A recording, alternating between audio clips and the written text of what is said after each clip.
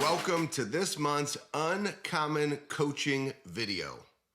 You know, every single month I get so excited for the opportunity to spend this time with all of you, to kick off your month with you. A little more excited this month, here's why. The NFL draft just ended. Now, beyond just the opportunity for me to continue to work with so many of the individuals whose names you heard called off the board, and so many other players that we work with who will go undrafted, which is a whole different uncommon mindset and mentality, which leads to an incredible attack in the league. But what I love is what's behind hearing their name called. The uncommon work that it takes leading up to hearing their name called, which makes me think of each and every single one of you. You know, when we see examples like the NFL draft, we think to ourselves, it's so uncommon. They're competing at the highest possible level. So do you have to step on a field for you to dig down deep and for you to be uncommon? For you to get results that people say, how does she do that? How does he do that? Do you have to perform on a field? Or could you take the environment that you're operating in right now and shift and change your mindset to figure out what the Hall of Fame looks like on your career path and then to attack it every day? You see, what's uncommon is not being like common-minded people who want to tell you how great they want to be, but they're unwilling to create the disciplined action one day at a time to actually go and do what it takes. That is the uncommon piece. That's what every player in that draft has focused on. Not for a couple of days, not for a couple of weeks, but as a life's commitment and journey. How do I know? Because so many of those players, I've won national championships with them, conference championships with them, watched them become first team All-Americans, consensus All-Americans for years. So I know what it looks like. Well, now's your turn. How do we get there? Well, we talk about it every single month. We've talked about it for years for those of you that have been part of the community that long. And for those of you that are newer members of our community, maybe the different thinking starts right now. But it's a never finished mindset, because just when your name is called for the draft, does the work stop? No, it's just beginning. So for you, when you achieve success, it's continuing to live to that standard, not allowing those feelings to dictate how you show up. And what is that fueled by? And this is something for everybody. The burn. You know, when we talked at the beginning of the year about raising the bar, increasing our standards, which is now the title of my new book, The Standard, which comes out August the 1st. These can't just be things that we say or that we talk about. It's the way that we show up, and it always will be fueled by the burn. You know, in doing this for over 18 years, I've had the opportunity to work with some of the highest performers to ever walk the face of the earth in the world of sports and business. And I've been able to find something that no other coach has been able to identify, and that is the burn. Everybody talks about why. Everybody talks about purpose. But people don't talk about that burn, that underlying burn that ignites your why and your purpose, that causes you to be disciplined on a daily basis on the days that you don't want to do it, and especially after you win. So how about a story of a player whose name was once called, who went on to become a Hall of Famer, who I've known for years since he played on the greatest show on turf here in St. Louis, Missouri. A story that, even though you may not compete on a field every day, will inspire you to embrace that uncommon mindset, that uncommon thinking, and the connection to your burn every day. Because if I were able to ask all of you, how many of you every single day since January 1st, when we said raise the bar, commit to the standard, don't allow your feelings to dictate how you show up, how many of you have actually connected to your burn every single day to fuel this mindset, which is really all I've asked of you. And that is 100% in your control. So if you haven't done it up until this point, you know me. I'm not going to call you out. You don't have to submit an email. You don't have to put a story on Instagram admitting that you haven't done it. Just choose to change it right now because it will be the difference. You see, when I shared the stage with Marshall Faulk during COVID for an Arete Syndicate event, when both of our dear friends, Ed Milet and Andy Frisella, called us, and they asked me to warm up the stage for Marshall Faulk, I said, absolutely, I will warm up the stage for Marshall Faulk. Whether it's virtual or whether it's in person, absolutely. And I'm going to stay and listen to Marshall Faulk's speech. Some of you have heard me share this story, and if you have, do not hit the stop button because maybe you need to hear it again. And for those of you that haven't heard this story, now you're going to clearly understand on a different level the importance of the burn. I, of course, stay on, pen in hand, ready to take notes to listen to Marshall. I've always been blown away by Marshall's championship mindset. San Diego State is where he played, not a big name school. He didn't play at Alabama, but he believed in himself. You know, some of us, we look at where we are and we say, well, I'm not with this company, or I'm not with that company, or what if I was over here, or what if I was over there, or what if I played for this team? What if you just attacked right where you are? How about that mindset?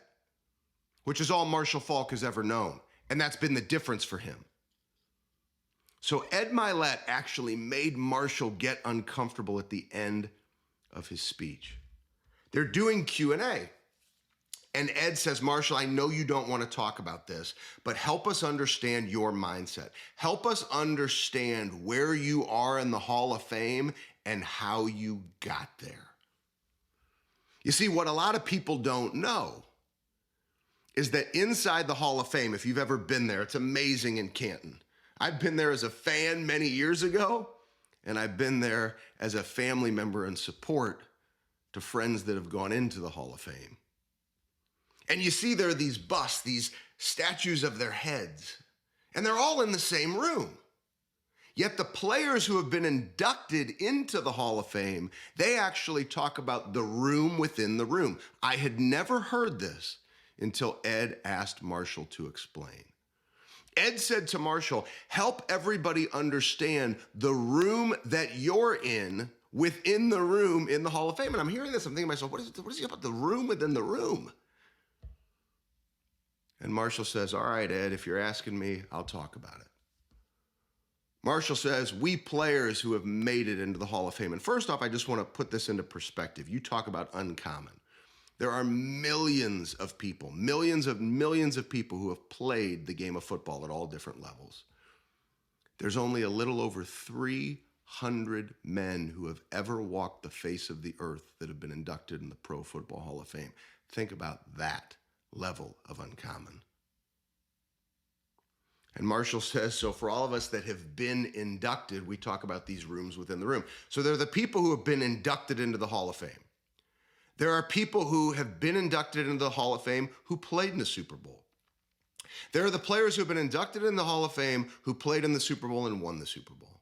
There are players who have been inducted into the Hall of Fame who played in the Super Bowl, won the Super Bowl, they were all pros. And he goes and he starts to explain there's different levels of achievement and recognition that players have received, which put you in different rooms. And Marshall says, I happen to be in the final room, the last room within the room. And there's around 10 players who have ever walked the face of the earth that are in this room. This room is, I made it to the Hall of Fame, I played in the Super Bowl, I won the Super Bowl, I was a Super Bowl MVP, I was an all-pro, and boom, boom, boom, boom, boom, boom, set records at my position, one after another. And he says, I'm one of 10 in that room. And Ed leans in like this, and he says, Marshall, will you share with everybody how you wound up in that room? And Marshall says, Ed, I'd have to take you all the way back to when I was a child. You see, I grew up in a home that had 11 kids. Growing up in that home, a great sandwich for me was white bread and sugar. And every time I would taste that white bread and sugar sandwich on my lips, it made me want to go outside and give everything that I had every single day to make sure that not only my lips, but every family member's lips didn't have to eat white bread and sugar sandwiches again. That is what fueled me, Ed. He says, Ed, even to this day, what I felt back then and what I feel right now, it's a feeling in my belly. I don't even know what you call it, but it's there. And it's what motivates me to not go back to white bread and sugar sandwiches. I don't even know what you call this feeling, Ed, but it has been the difference. And that's how I wound up in that room. I'm sitting here watching this, yelling at the screen. If I was in person, I would have yelled onto the stage, right? That's the burn, Marshall, it's the burn.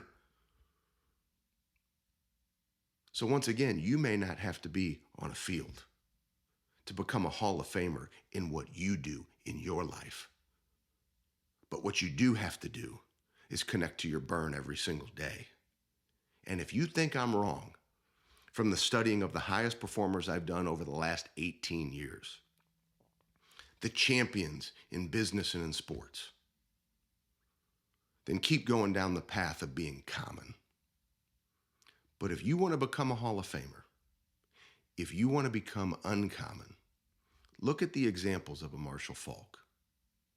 And that's just one story. I could share more in business and in sports for uncommon videos for years, because that's how long I've been working with these uncommon Hall of Fame mindset performers.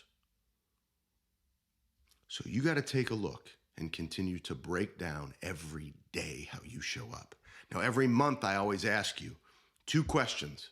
What are the habits and disciplines that are working best for you? I want you to break it down like it's game film over the last 30 days. Write it down and keep attacking those things. The areas that are opportunity for you, you've got to recognize them.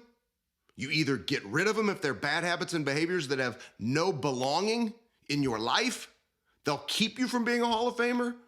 Or you look and say it might be a weakness now, but it's an opportunity that will become a strength. Scrutinize your business. Scrutinize your life. Scrutinize how you show up. It's the only way. And allow, just like Marshall, and the same for me, that burn to fuel you every single day. If you can't tell, I get so fired up about these opportunities to partner with you. If you have individuals that you care about that need this type of direct coaching in their life, because most of these coaches, they coddle and support you. They don't want to challenge you because they're not disciplined the way that I am to help you attack. They haven't done the 18 plus years of work. They just put coach and speak and author on their Instagram resume when they started 2 weeks ago or a year ago. So if you want to understand the difference and continue to attack, let's stay in this fight together. If you have friends of yours that need this sort of attack, feel free to share a name, have them send a DM, have them send an email direct to me, bnewman@bennewman.net. That's my direct email. Have them hit me up directly. And for those of you, if you haven't heard yet, our Las Vegas boot camp, October 8th through the 10th, is going to be an event like nothing you have ever seen or been a part of. Just to give you a little taste, the opening kickoff event at the Palms Hotel in Las Vegas, they've given us the ability to rent out the entire Ghost Bar. They're letting us turn the Ghost Bar into our own private casino just for our boot camp attendees. And so many of you already know this because we only have about 50 tickets that are available for this entire event. There's only going to be 150 people. So many of you are already signed up. But this opening event, we rent out the whole Ghost Bar. They're turning it into our own private casino to have a casino crawl, and Ed Milet and I will kick off that event that day. And then you'll have 48 hours on Monday and Tuesday attacking with some of the best coaches in the world, hitting every area of your life holistically, from mindset to planning to physical to financial to branding to marketing to all of it.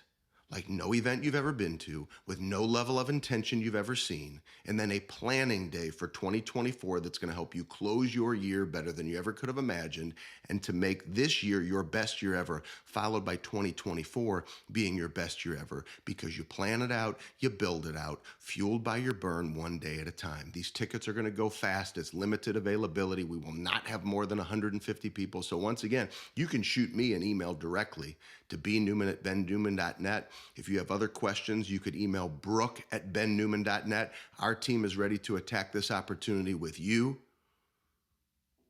It's a never finished mindset. So let's keep attacking one day at a time. Let's stay connected to the burn. Let's scrutinize those 2 questions every single month and realize that our best is yet to come. Let's keep raising the bar. Now we go.